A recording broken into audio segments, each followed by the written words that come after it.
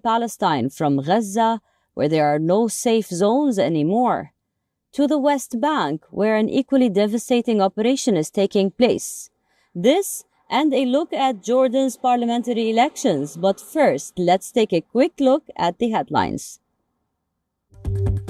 Israel faces strong international condemnation after a strike killed 18 people at a school turned shelter for displaced Palestinians in war-torn Gaza. The Israeli military said it targeted Hamas militants.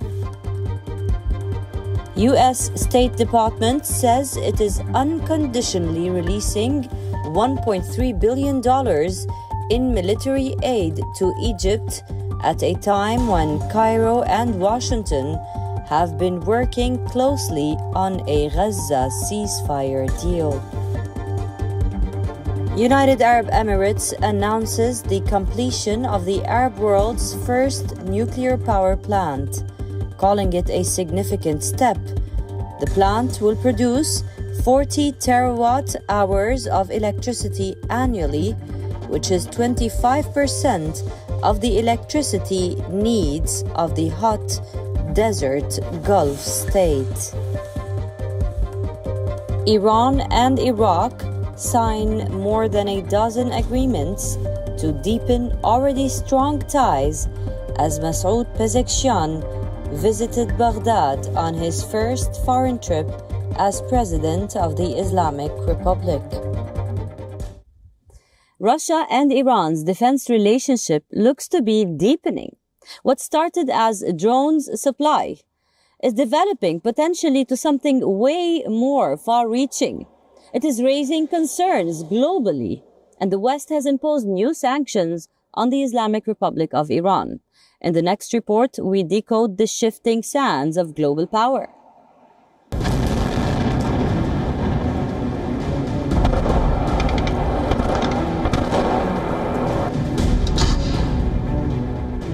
As Russia's war in Ukraine grinds on, Moscow's increasing reliance on Iranian military support marks a significant shift in global alliances.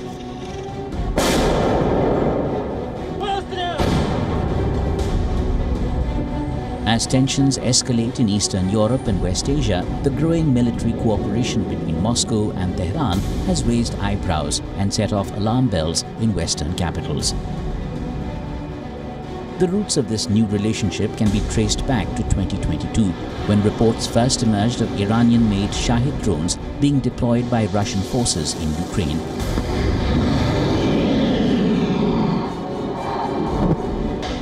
The West has sounded alarm over transfer of Iranian ballistic missiles to Russia, a move that could significantly bolster Moscow's offensive capabilities in its ongoing conflict with Ukraine. The US says that dozens of Russian military personnel have trained in Iran using the FAT 360 missile, which has a range of 120 kilometers.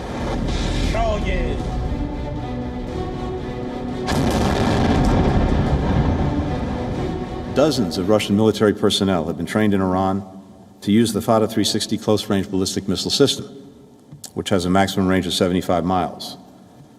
Russia has now received shipments of these ballistic missiles and will likely use them within weeks in Ukraine against Ukrainians.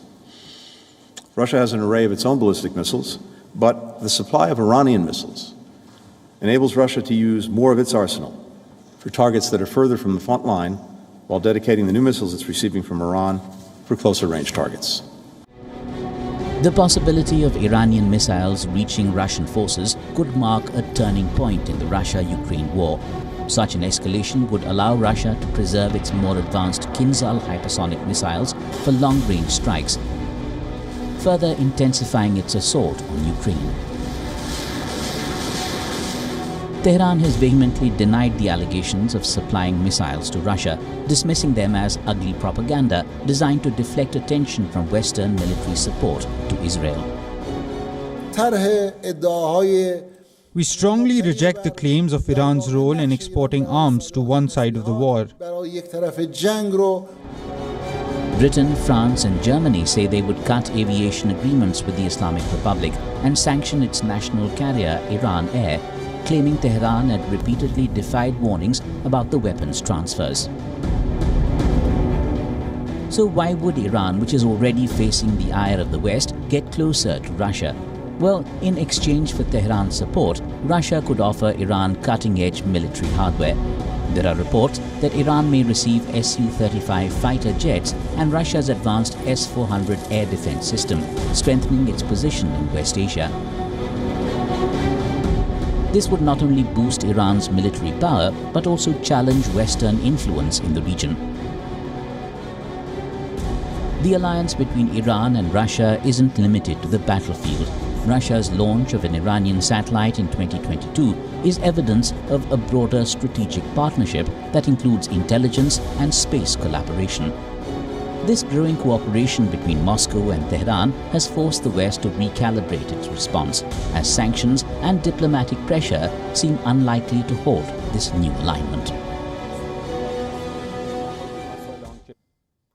As the world's attention remains fixed on Gaza and the ongoing war, another quieter, equally destructive operation is taking place in the West Bank. Israel's military operations have escalated to unprecedented levels, prompting warnings from the international community of a looming humanitarian crisis. Take a look.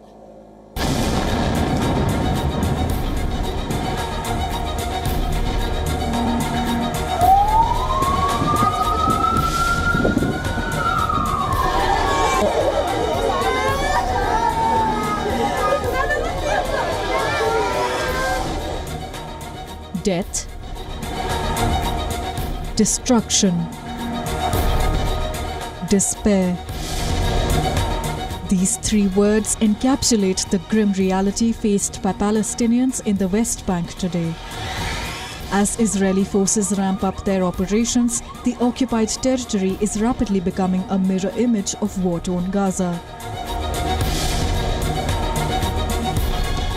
The United Nations and European Union have sounded the alarm, warning that Israel's actions betray a clear objective: to transform the West Bank into a new front in its ongoing conflict. Yes, without action of the international community, the West Bank will become a new Gaza, and Gaza will become a new West Bank, as settlers' movements are preparing new settlements. In the West Bank, deadly and destructive operations, some at a scale not witnessed in the last 2 decades, are worsening a calamitous situation there, already aggravated by serious settler violence. This stark assessment comes as some Israeli ministers openly advocate for increased military intervention in the region. Recent weeks have witnessed a brutal 10-day operation that left a trail of carnage across the West Bank. Dozens lie dead, victims of relentless incursions by heavily armed soldiers backed by armored vehicles and bulldozers. The Jenin refugee camp, long a flashpoint in the Israeli-Palestinian conflict, bore the brunt of this assault. Terrorists? No, we are not terrorists. We are peaceful. They are the terrorists, killing our children. In Jenin, the aftermath of the raid paints a picture of utter devastation.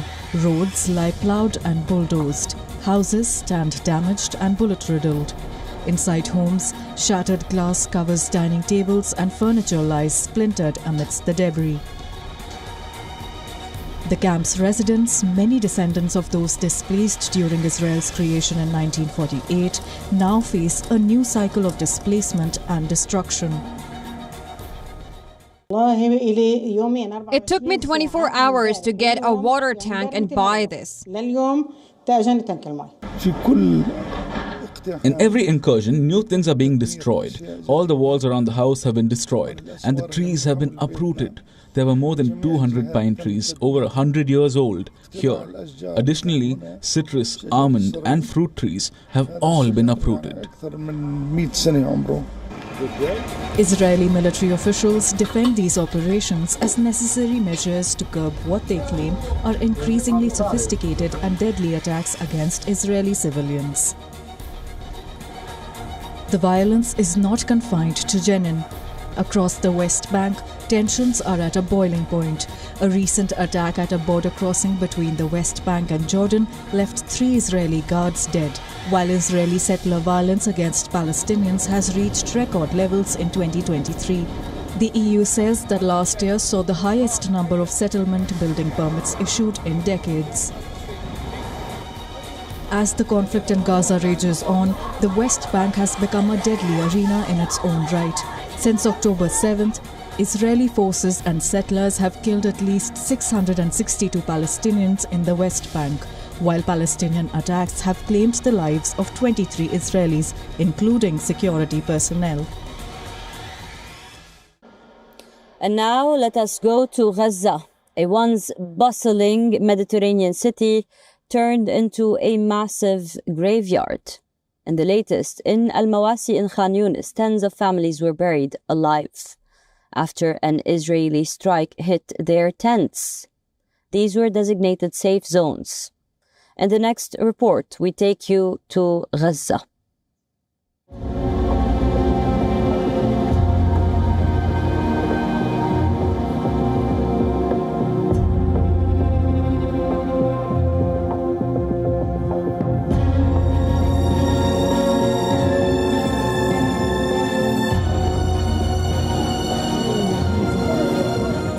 This is Gaza's new normal.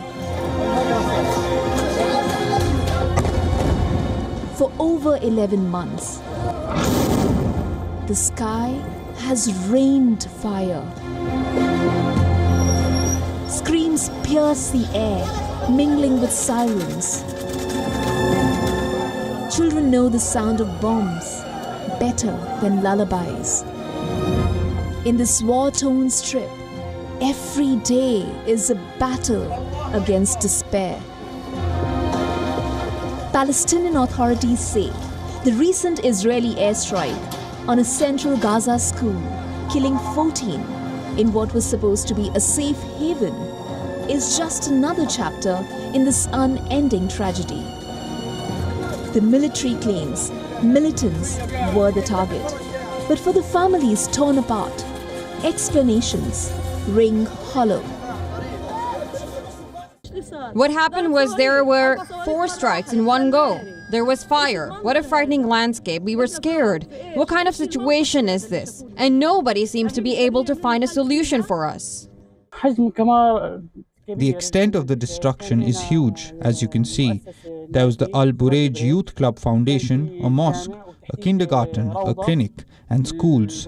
We expect bombing, but not this level of devastation.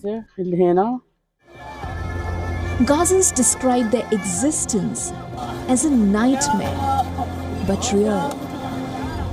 The constant bombardment has become a macabre soundtrack to their lives. Streets that once bustled with life now echo with the urgent wail of ambulances rushing the injured to overwhelmed hospitals. It's a bag full of human remains from the strike on the school. We've been going through hell for 340 days now. What we've seen over these days, we haven't even seen it in Hollywood movies. Now we're seeing it in Gaza. Here are the human remains. Here they are. The human cost is staggering. According to Gaza's health ministry, over 41,000 lives are lost. But numbers fail to capture the true extent of the suffering. Behind each statistic is a shattered family, a dream extinguished, a future erased. The war has turned Gaza into a wasteland of rubble and despair. An estimated 80,000 homes lie in ruins, with the UN warning that clearing the debris could take 15 years and cost over $500 million. But for the 2.4 million inhabitants, many displaced multiple times, the future is an abstract concept. Survival is the only reality they know. Amidst this chaos, a healthcare crisis looms. 12,000 patients desperately await evacuation for urgent medical care. But with borders closed, they remain trapped, their conditions worsening by the day. The war was triggered by Hamas's brutal attack on October 7th, and Israeli forces continue to hunt for the Hamas militants amidst the ruins of the besieged strip. Yet, amidst this devastation, the resilience of Gaza's people shines through. They cling to life with a tenacity that defies understanding. Children play in the rubble, families share meager rations, and communities come together in the face of unimaginable hardship. With each passing day, the toll on Gaza's people grows heavier. Now let's shift the focus to a different area in West Asia. Let's go to the Gulf. The Kingdom of Saudi Arabia has been known for its oil reserves. But in the past few years, the kingdom has been working on an ambitious plan to be known beyond these reserves. In the course of this ambition, the kingdom organized its third Global AI Summit, a move aiming to lure both American and Chinese tech firms. Take a look.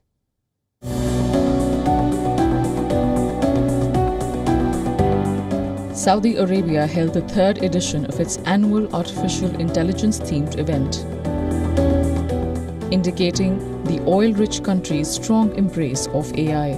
Dubbed the Giant Summit, the global event was held on 10th of September in the capital city, Riyadh.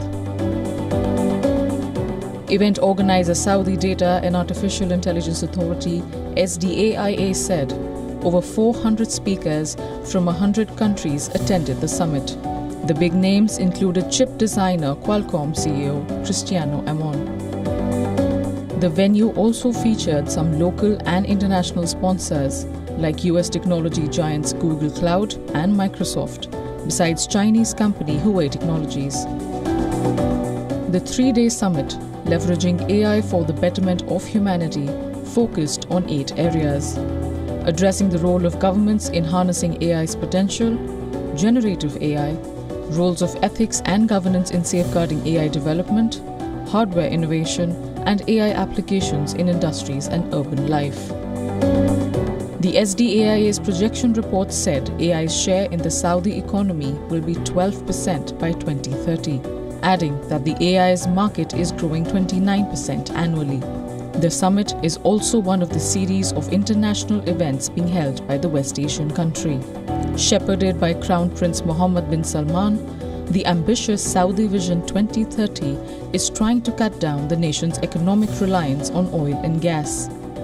The vision is built around 3 primary themes: a vibrant society, thriving economy, and an ambitious nation. As part of the initiative, Saudi Arabia is investing $1.3 trillion in real estate and infrastructure projects to make its economy more attractive. Back to Jordan, where a parliamentary elections just took place. The moderate Islamist opposition made some gains. How could this alter the political landscape in the country? We tell you.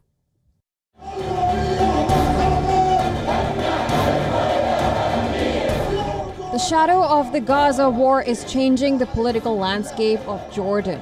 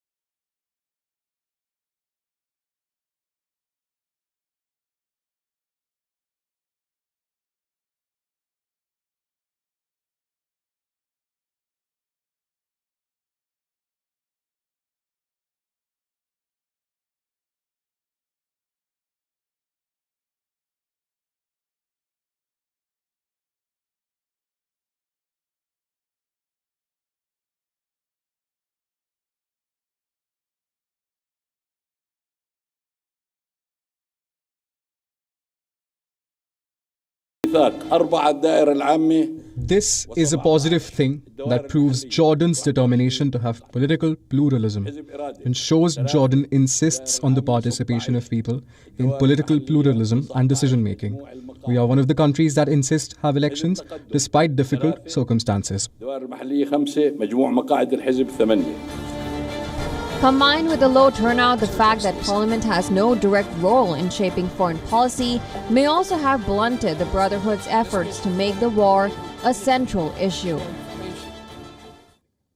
Our show is almost over, but before we go, let's take a look at the Syrian hijab-wearing singer in Dubai.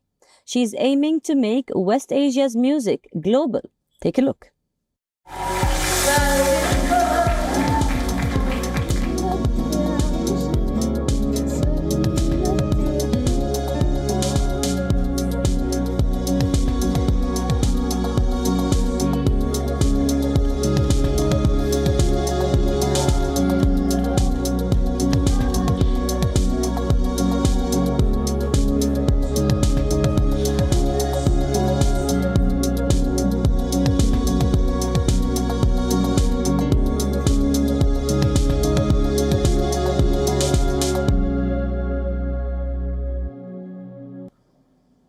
That's all we have for you on this episode of the West Asia Post. I will see you next week with a brand new lineup, always bringing you the latest updates from the world's most volatile region. I am your host, Radi Francis, signing off from Beirut, Lebanon. For more global news, keep on watching WION World is One.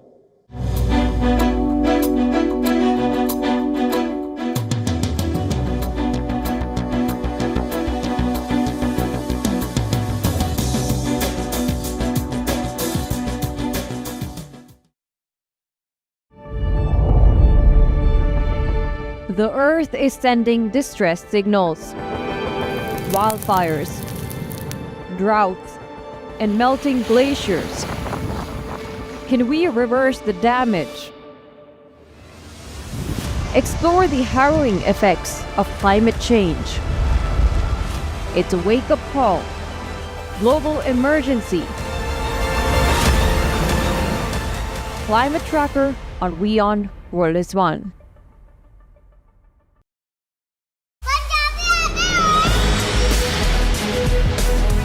Diljit Dosanjh announces his India tour. We tell you about the craze of the global pop icon. Take a look at all the bands that have made a huge comeback. And find out some lesser known facts about the Australian Rose, Nicole Kidman. All this and much more with me, Isha Hanspal, at these times only on WION E-Club. The stress of our world can take a toll on our physical and emotional health. Here, in New York's Catskill Mountains, lies a luxurious place of healing called WION Wellness Center. The WION Wellness Center provides 500,000 square feet of natural methods to manage diabetes, hypertension, chronic pain, obesity, depression, anxiety, and other conditions. We use the traditions of centuries-old natural science from India, yoga, Ayurveda, acupuncture, and naturopathy in personalized programs that help you take charge of your own health. A minimum 5-day stay is recommended for best results. Book now at yowon.com.